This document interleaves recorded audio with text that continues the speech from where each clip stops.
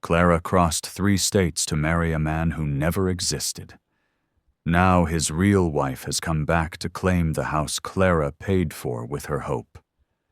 The man who wrote the lie stands silent, and love, if it was ever real, will not save her. Mail-order brides don't come west looking for romance. They come looking for ground that will hold them. Clara answered a letter signed Merritt, a landowner in Nebraska who promised a future solid enough to stand on. What she found was a sod house, a hired hand named Webb, and a truth delivered too late to undo the journey. He used another man's name, another man's photograph, because he needed a wife, and Clara needed to be anywhere but where she'd come from. So she stayed. They worked side by side, careful not to reach for what the lie couldn't support. Then the woman who was legally his wife returned. And Clara learned what it means to be a bride without a marriage, and to love a man whose first betrayal made every future choice impossible. Clara steps down from the wagon and stares at the sod house sinking into grass. Wind drags dust across her boots. The driver waits. Reins loose. No patience left. This isn't the ranch from the letter. No fence line, no barn, no white-painted door. A man stands in the doorway anyway. Same face as the photograph, same eyes, same age the letter promised. Nothing else fits. "You're late," he says, then stops himself. He looks past her toward the road, toward leaving. Clara grips her carpetbag. The fabric bites her fingers. "I came to marry Merritt," she says. The man exhales once, long, controlled. "I know." Silence spreads between them, heavy as packed earth. A bird lifts from the grass and vanishes. He steps aside, letting her see the inside. Low ceiling, dirt floor, a stove that smells of cold iron. "There's been a mistake," he says. Clara doesn't move. The driver clears his throat. "I'm not Merritt," the man continues. "My name's Webb. I work the land. For wages." Wind pushes against the sod walls. They hold. Barely. He meets her eyes now. "I used his name, his picture. I needed a wife." The words land without force.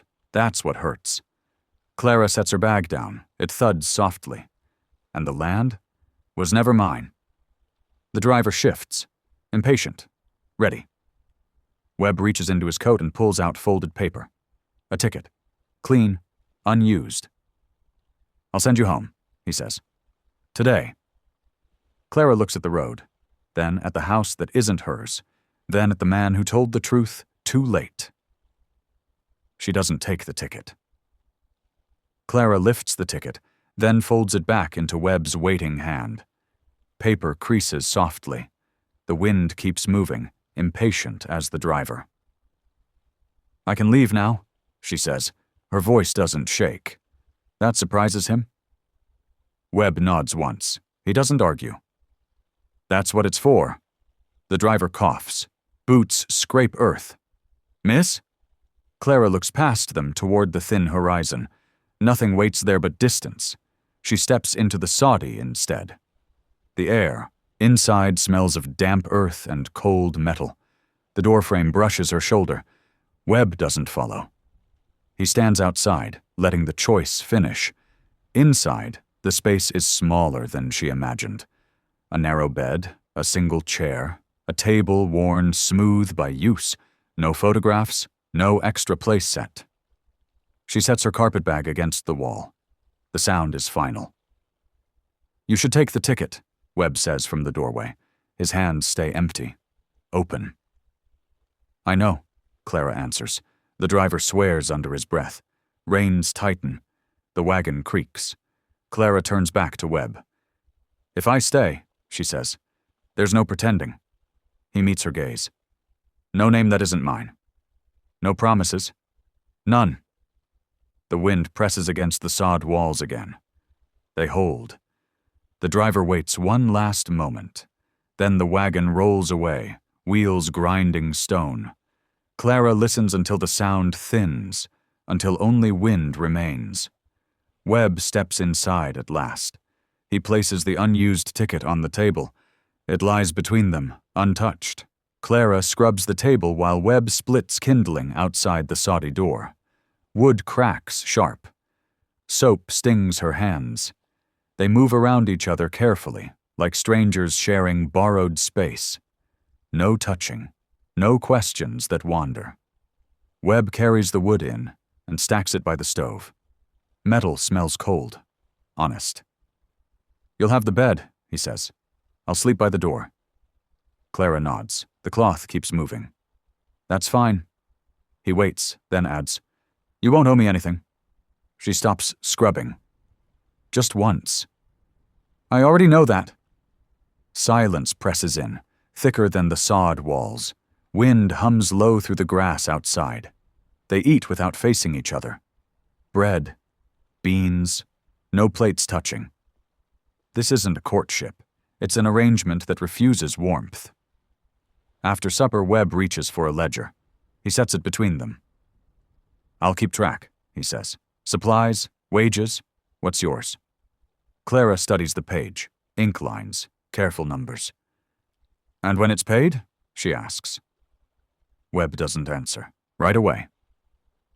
He sharpens his pencil instead. Wood curls fall. "When you want to leave," he says, "there won't be anything holding you." She nods again. That's the rule she expected. Night comes early. Lamplight pools on the table, small and contained. Clara lays out her dress for morning. Fabric whispers against wood. Webb takes his blanket and settles near the door. He doesn't look back.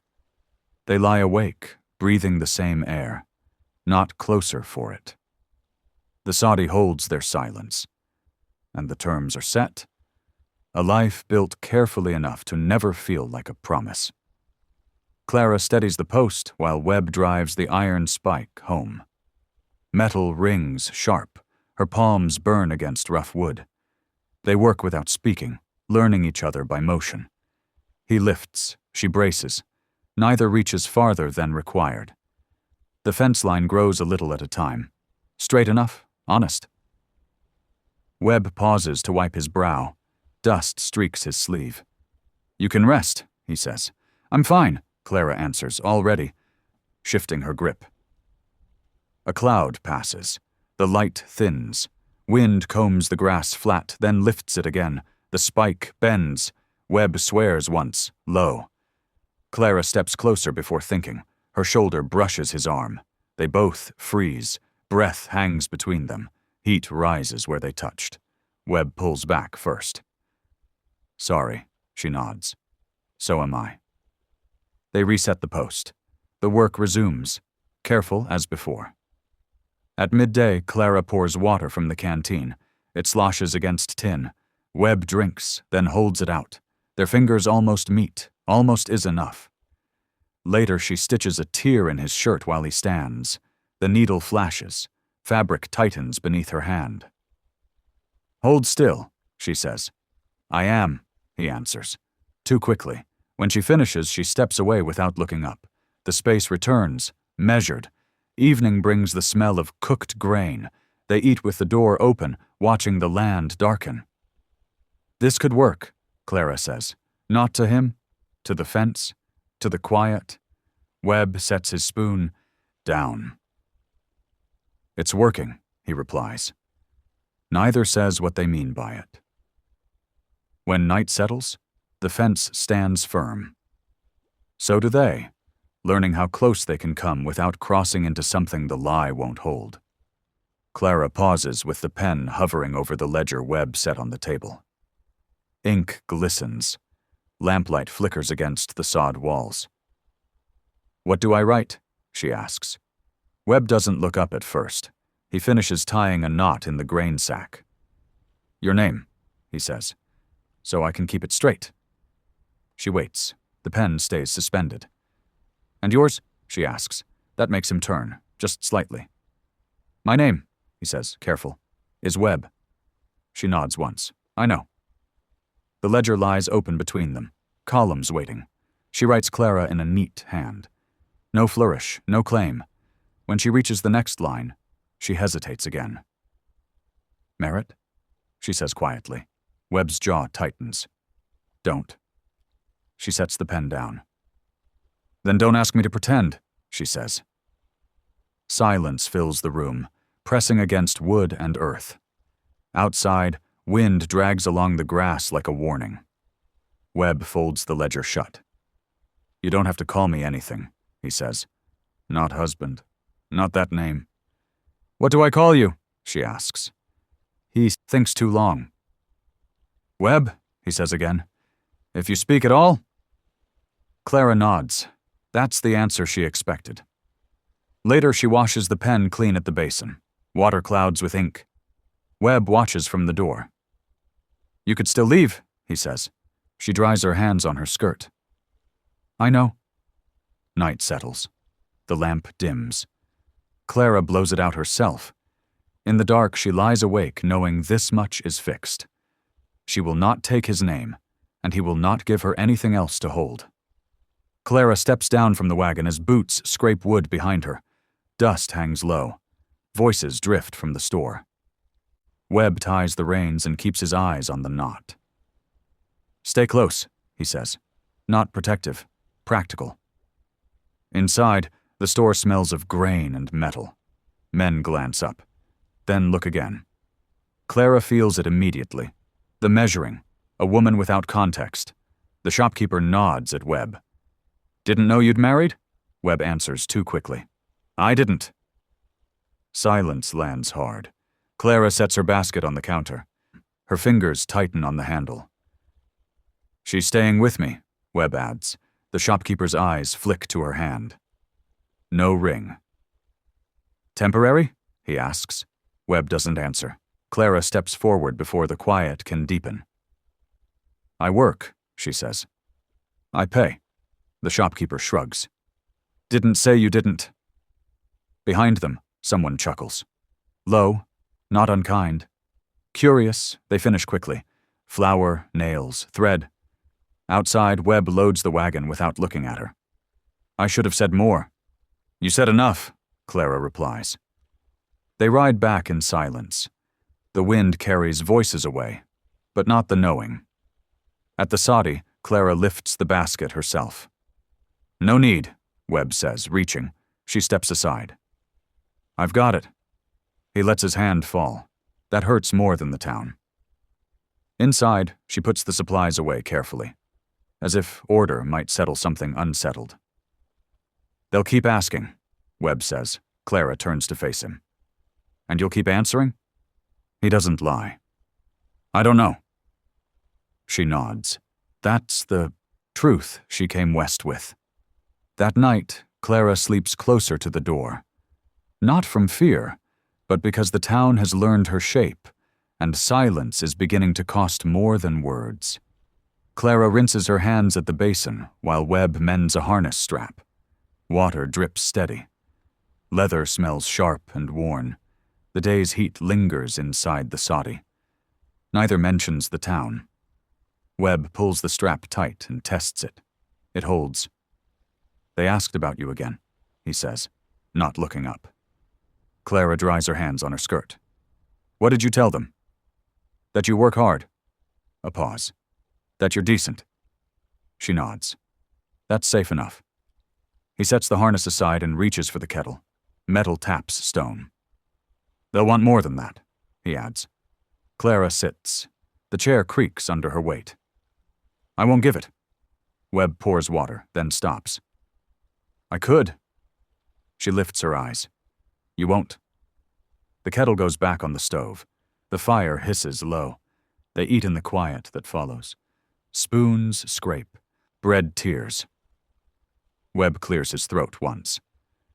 I should have done it different, he says. Clara doesn't answer right away. She waits for the rest. I could tell them... He stops. His hand tightens around the cup. Tell them what? She asks. That I wronged you. She studies his face. The strain there is real. And then? He exhales. And then you'd have nothing left to stay for. The truth lands clean. No softness, no cover. Clara stands and takes the dishes. Fabric brushes wood. "I stayed because I chose to," she says, "not because you saved me." "I know," he answers. She pauses at the door, listening to the wind move grass flat. "Then don't make a speech," she says. "Make room." Webb nods once. He understands the difference. That night, he lies awake with words ready, and keeps them. Clara lifts the folded letter from the table before Webb can reach it. Paper crackles. Ink smells faintly sharp. "It came for you," she says. Webb freezes near the door. "From who?" Chicot checks the name again. Not Merritt, not her own. A woman's hand. Certain. Familiar. "I didn't open it," Clara says. "That matters." Webb steps closer. Slowly. "That's my wife's writing." The word settles wrong in the room. Wife. Clara sets the letter down between them. Her fingers don't linger. "I thought she was gone," Webb says. 3 years. "You didn't say she was dead," Clara replies. He doesn't argue. "That's fair." Wind pushes against the sod walls. They hold, but just. Webb opens the letter at last, reads once, then again. "She's coming back," he says. "Passing through." Clara waits. Passing through doesn't mean anything yet. "She wants the place," he adds. "What little there is." The stove ticks as it cools, metal settling. Clara nods. "She has the right." Webb looks up sharply. "You don't have to give it back." She meets his gaze.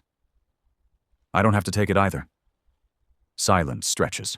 Honest, unforgiving. "She doesn't know about you," he says. Clara steps, away from the table. "She will." Webb reaches for her, stops short. The space stays clear. "What do you want me to do?" he asks. Clara answers without heat. "Tell the truth." The letter lies open now, ink exposed, no taking it back. That night Clara folds her dress more carefully than before. Not to leave, but because something has already begun to move, and lies never stay still once named. A wagon creaks to a stop as Clara lifts her eyes from the washtub. Water sloshes over her wrists. Dust drifts up, slow and settling. The woman steps down first, travel-worn, upright, certain of her place. Webb comes out of the soddy behind Clara. He stops short when he sees her. "You came," he says. The woman nods once. "I said I would." She looks past him, straight to Clara. Her gaze takes in the dress, the bare hands, the work. "And this?" she asks. Clara straightens. She doesn't step back. "I'm staying here," she says. "For now." The woman's mouth tightens. "On what claim?" Webb speaks then, too late and too fast. "I asked her to." The woman turns on him. "You asked," she repeats, quiet, sharp. Silence thickens. Even the wind holds. "I left," the woman says. "I didn't disappear." She steps towards the soddy, runs her hand along the doorframe like it remembers her. "This is still mine," she says. "The house, the land, the name." Clara feels it then. The truth she's been standing on has no ground, no paper, no witness. Webb swallows. "She's right." The words land harder than any blow. The woman nods, satisfied. "You'll move your things," she says to Clara. "Tonight." Clara looks at Webb. He doesn't stop her, doesn't stop the woman. She wipes her hands on her skirt. The water leaves a dark mark. "I'll pack," Clara says. The woman turns away, already home. Webb stays where he is. That evening, Clara folds her life small. Not because she's told to, but because the lie that brought her here has finally chosen its owner. Clara ties the last bundle, while the lamplight sinks low against the wall. Fabric rasps. The room smells of dust and cooling metal. Webb stands by the door, hands empty, watching without crossing the floor. She lifts the bundle and sets it beside the others. Nothing left loose. Nothing forgotten. "You don't have to go tonight," he says. Clara keeps her back to him. "She said tonight. She doesn't get to decide everything," he adds. Clara turns then. Slow. She gets to decide what's hers. Wind presses at the sod walls. They hold. Barely. Webb steps forward. Stops. The space between them stays measured. "I can tell her," he says. "About the letter. The name. All of it." Clara studies his face, waiting for the rest. "That I brought you here," he finishes. "That I kept you." The words hang, heavy and wrong. "You didn't keep me," Clara says. "I stayed." "I know," he says, too quickly. She lifts the smallest bundle, the one with her dress. "If you tell her now," Clara says, "it won't be for me." Webb looks down at the dirt floor. Footsteps pass outside. A woman's voice. Settled. "She'll hear it anyway," he says. Clara nods. "Then let her hear it without me standing here." He reaches out, stops again. His hand closes on nothing. "I never meant," he begins. Clara lifts a hand. "Don't finish that." She moves past him. The doorframe brushes her shoulder again. Outside, night has taken the land. No road shows clear. Webb follows to the threshold. Doesn't cross it. Clara steps into the dark, carrying what's left of her choice. And Webb learns what a lie costs when the truth arrives too late to ask for mercy. Clara walks past the fence line as the wind pulls at her skirt. Grass whispers low. Footsteps fade behind her. She doesn't look back at the soddy, not once. At the edge of the claim, she stops. The land opens wide, empty, unclaimed, indifferent. Webb's voice reaches her then. "Clara." She turns, just enough to face him. He stands where she left him, hands still empty. "You can stay," he says. "She'll leave again. She always does." Clara studies him. The hope there costs him. "And when she does?" He doesn't answer. "She'll still be your wife," Clara says, "and I'll still be the woman who fit between your lies." Webb steps closer. One pace. Then stops. The distance holds. "I loved you," he says. The word lands late. It doesn't soften anything. "You loved what didn't ask you to tell the truth," Clara answers. Wind cuts across the open ground. Cold finds her wrists. "I chose you," he says, "even when I shouldn't have." Clara nods once. "That was the only honest thing you did." She turns away again. The grass parts for her steps. Behind her, Webb doesn't follow. Doesn't call again. The land takes her in without comment. No promise, no protection. By the time the soddy disappears from view, Clara understands the cost clearly. Love built on a borrowed name leaves nothing behind. Not even a place to stand. Clara steps onto the church porch as the bell rope sways gently overhead. Wood creaks under her boots. Voices pause inside. She waits until the door opens. The preacher's wife studies her face. Then the bundles. "You passing through?" the woman asks. "For the night," Clara says. "That's enough." The door opens wider. Inside, the air smells of old wood and cooled candle wax. A bench waits near the wall. Unclaimed. Clara sets her bundles beneath it and sits. Her hands rest empty in her lap. Across the room, two women whisper. Not cruel, just curious. "She was living out there," one murmurs. "With him?" another asks. Clara hears. She always does. The preacher's wife brings a cup of water, sets it down without comment. "You can stay," she says. "No questions." Clara nods. Gratitude stays contained. She won't beg for what's offered freely. Later, as the room empties, footsteps approach again. This time heavier, hesitant. Webb stands in the doorway, hat in hand. Eyes tired. I won't come in, he says. You already have, Clara replies evenly. He shifts his weight. She took the house back. I know. I told her everything. Clara looks at him then, not softened, not angry. And? She asks. And she listened, he says. Then she shut the door. The truth costs him now, too late to help her. Webb swallows. I don't expect anything. Good, Clara answers. He nods once, turns to leave. As his footsteps fade, Clara closes her eyes, not in grief, but in understanding. Truth spoken late still changes things, just not the things you hope. Clara lifts the cup when the preacher's wife returns with folded paper. The cup trembles once, then steadies. A woman in town needs help, the preacher's wife says. Cooking, mending, room included. Clara listens without nodding. Terms matter. Temporary? She asks. For now. Clara sets the cup down. That's enough. Outside, morning breaks thin and pale. Footsteps pass. A wagon rolls. Life continues. The woman hesitates. There's talk, she adds. About you? Clara meets her eyes. There always is. The preacher's wife exhales. Some say you were misled. Clara doesn't correct her. Misled suggests accident. This was choice. I'll take the work, Clara says. The woman smiles, relieved. Come this afternoon.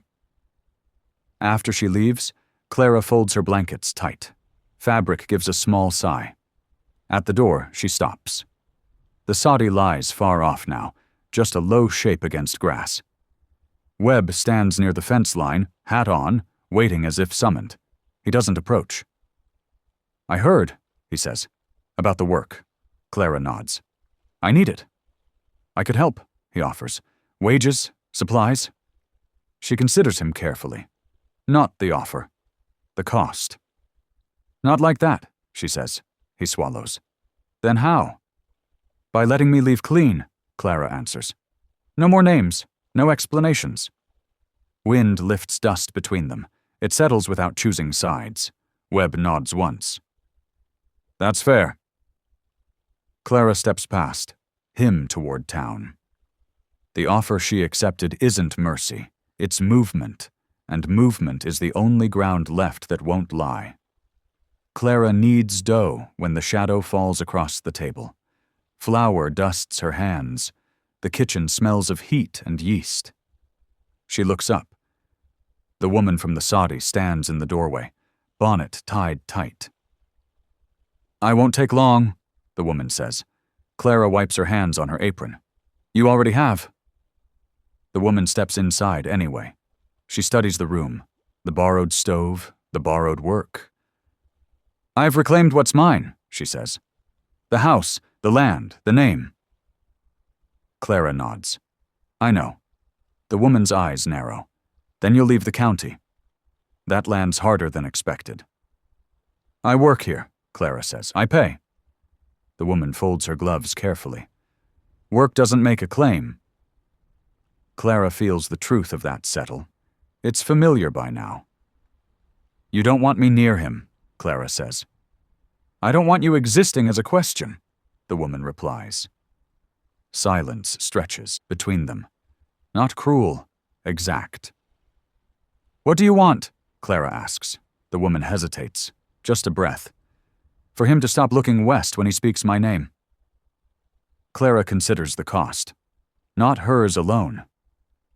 I won't go because you ask, Clara says, but I won't stay to be used as a reason. The woman's shoulders ease slightly. That's enough. She turns to leave, then stops. He loved you, she says. Not accusing, observing. Clara answers without heat. He loved what didn't make him choose. The door closes. Footsteps retreat. Clara returns to the dough. Press, fold, press. She understands the terms now. Not spoken, not signed. To stay would turn love into leverage, and she has already paid too much to let betrayal name her future again. Clara lifts her bundle as the stagecoach dust curls at the edge of town. Leather creaks. Horses stamp, impatient. The driver glances down. You riding or watching? I'm riding, Clara says. She steps closer. The step is high. The coach smells of sweat and old fabric. Behind her, boots cross gravel too fast. She doesn't turn yet. Clara, Webb says. She faces him then. He's clean-shaven. Careful. Too late. I won't ask you to stay, he says. I won't ask you to forgive me. She nods. That matters. I sold my tools, he continues. I'm leaving the land. The words land heavy. Movement costs him now. And? Clara asks. And I won't use another name again, he says. Not for work, not for comfort, not for love. Silence holds. The driver shifts. Clara studies Webb's face. Not searching for hope, measuring truth. You learned, she says. Yes. She places her foot on the step, stops there. But learning isn't the same as repairing, she adds. Webb swallows. I know. The driver clears his throat. Last call. Clara climbs into the coach. The seat is hard, honest. She looks out once more. Webb stands where he chose to stand, not blocking, not pleading. The coach lurches forward. Wheels grind stone. As town thins behind her, Clara exhales. Not relief. Resolve. Love didn't survive the lie, but it taught her how much truth costs, and that some roads only open when you stop waiting for someone else to choose you. Clara steps down from the coach as dust settles into the seams of her boots. Heat shimmers low. Harness chains clink. The town is smaller than the last. She lifts her bundle and waits for instruction. None comes. A woman at the depot points with her chin. Boarding house needs hands. That'll do, Clara says. Inside, the kitchen smells of cooked grain and hot iron. Pots ring. Someone coughs. Work is already moving. The owner looks Clara over. You stay long? As long as I earn it. The woman nods once. Start with the floors. Clara takes the broom. Wood scrapes clean under steady strokes. By midday, her shoulders ache. The ache is honest. At the back door, she drinks from a tin cup. Water tastes flat. Enough. A man lingers near the alley, hat brim low, watching. Looking for room? He asks. No, Clara answers without turning. He waits anyway. You traveling alone? Clara straightens, sets the cup down. I travel paid. The man shrugs and leaves. The alley empties. That evening she's given a cot near the stove. Fabric rough, warm. She counts her wages twice. They match the hours. As night settles, Clara lies still, listening to footsteps pass outside. None stop. This place doesn't know her story. It only knows what she does. For the first time since the letter, her life answers to her hands alone, and the cost of love becomes clear in its absence. No one else will decide where she stands or what name she carries into morning. Clara holds the envelope over the stove until the corner, the E curls. Paper browns. Ink blurs before it blackens. She doesn't read it again. She already knows the hand. The boarding house is quiet at this hour. Only the stove ticks. Only breath moves. She lets the flame catch.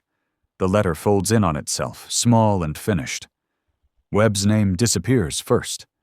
Then the words that tried to be careful. Clara drops the ash into the tray and wipes her hands clean. Soot leaves a faint mark. It fades. At dawn, she takes the broom outside. Dust lifts, settles, moves on. A woman from the house pauses beside her. You hear from anyone back there? She asks. No, Clara says. Not a lie anymore. Work fills the morning. Scrub, lift, carry, repeat. By noon, a wagon pulls in with supplies. The driver tips his hat. Name? He asks. Ledger ready. Clara answers without pause.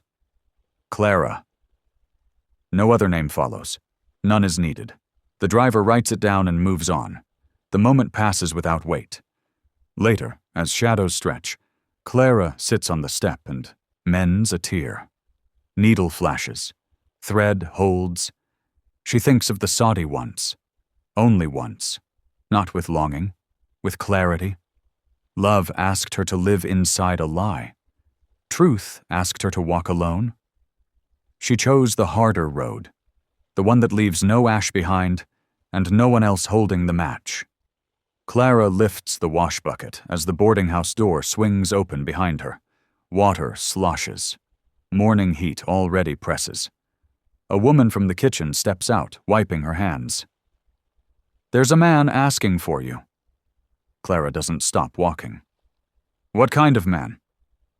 "One who knows your name." That makes her pause, just long enough. Webb stands near the hitching rail, hat off, coat worn thin, dust on his boots.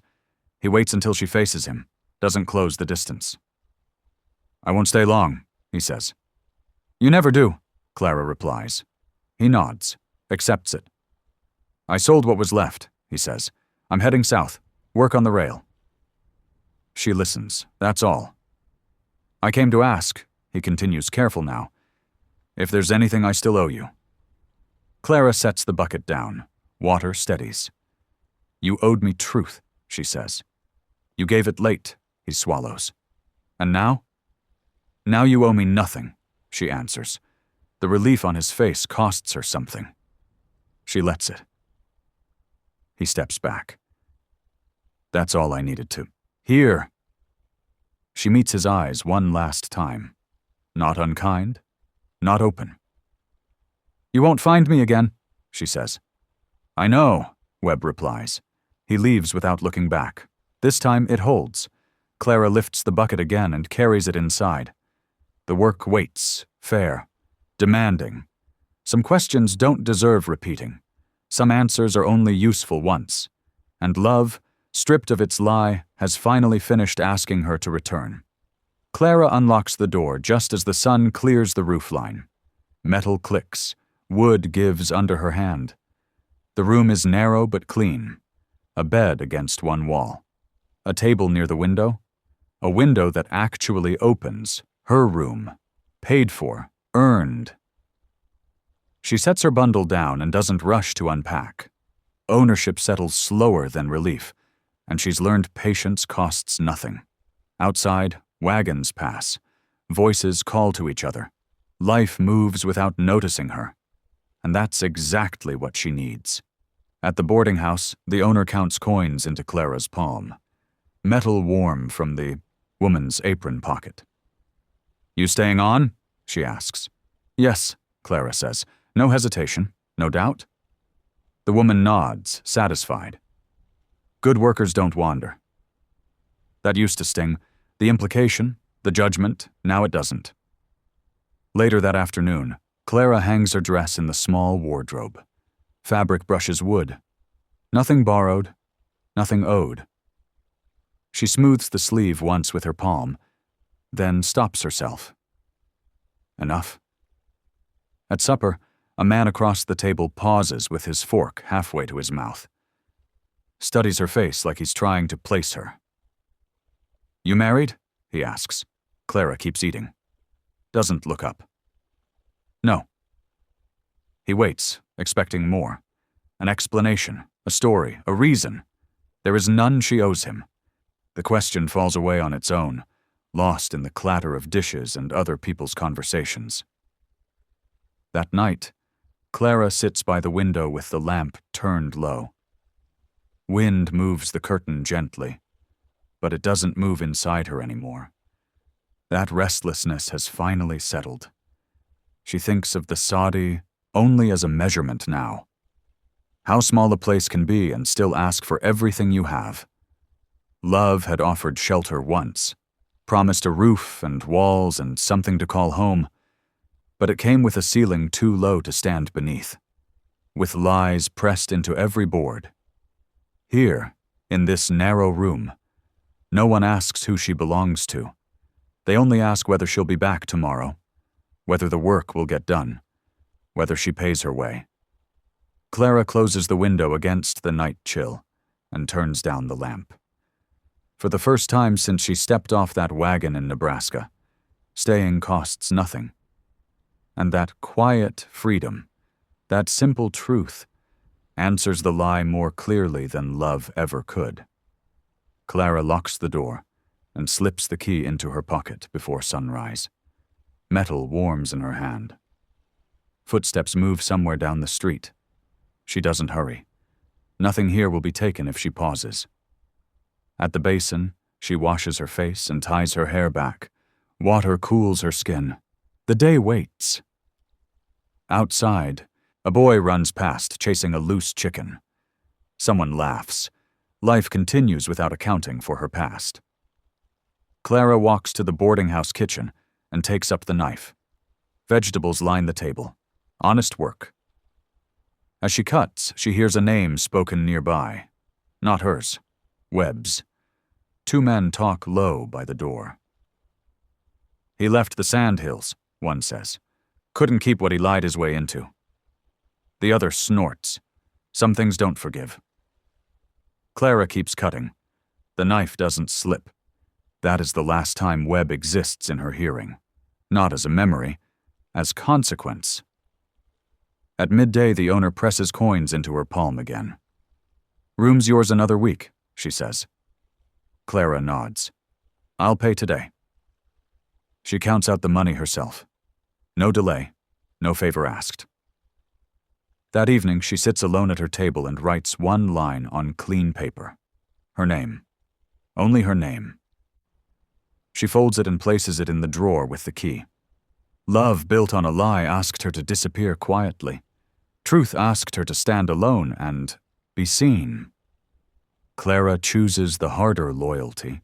She keeps her name. She keeps her ground.